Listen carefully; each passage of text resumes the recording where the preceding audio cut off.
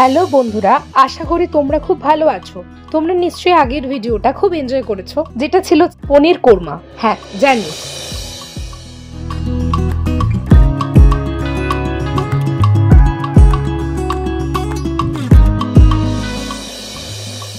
তো আজকে তোমাদের কাছে নিয়ে এসেছি আর একটা নতুন রেসিপি, চিকেন মহারানি। 1.5 কিলো পরিমাণে চিকেন নিয়েছি। চিকেনটাকে ম্যারিনেশনের জন্য প্রথমে আমি 2 চামচ নুন, 2 চামচ কালো মরিচের গুঁড়ো, একটু আদা রসুনের পেস্ট আর একটা লেবুর রস ভালো করে ম্যারিনেট করে রাখবো 20 মিনিটের জন্য।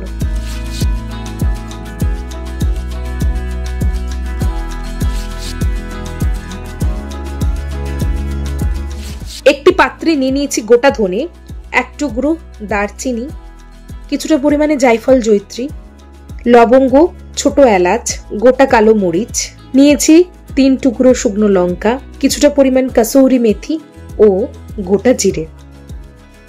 আর অন্য একটি পাত্রে নিয়ে নিয়েছি কাজু বাদাম ও কাঠবাদাম।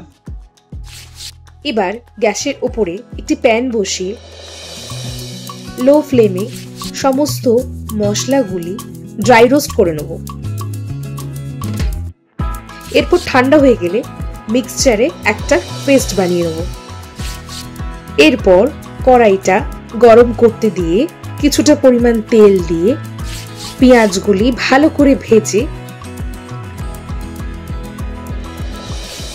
এরপর ম্যারিনেশনের চিকেনটা অ্যাড করে দেবো।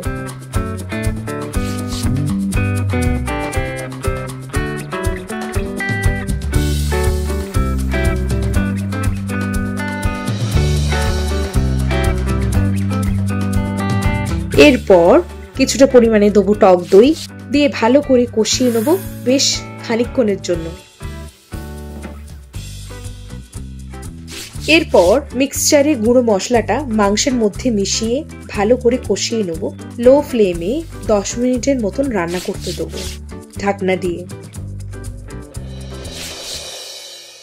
10 মিনিট পর ঢাকনা খুলে দেবো কিছুটা পরিমাণে দুধ ও গরম জল, ভালো করে মিশিয়ে নাড়িয়ে চাড়িয়ে কিছুটা পরিমাণ ঢাকনা দিয়ে 7 থেকে 8 মিনিট আবার রান্না করতে দেবো। ঢাকনা খুলে দেবো কিছুটা পরিমাণ ক্রিম ও ধনেপাতা কুচি।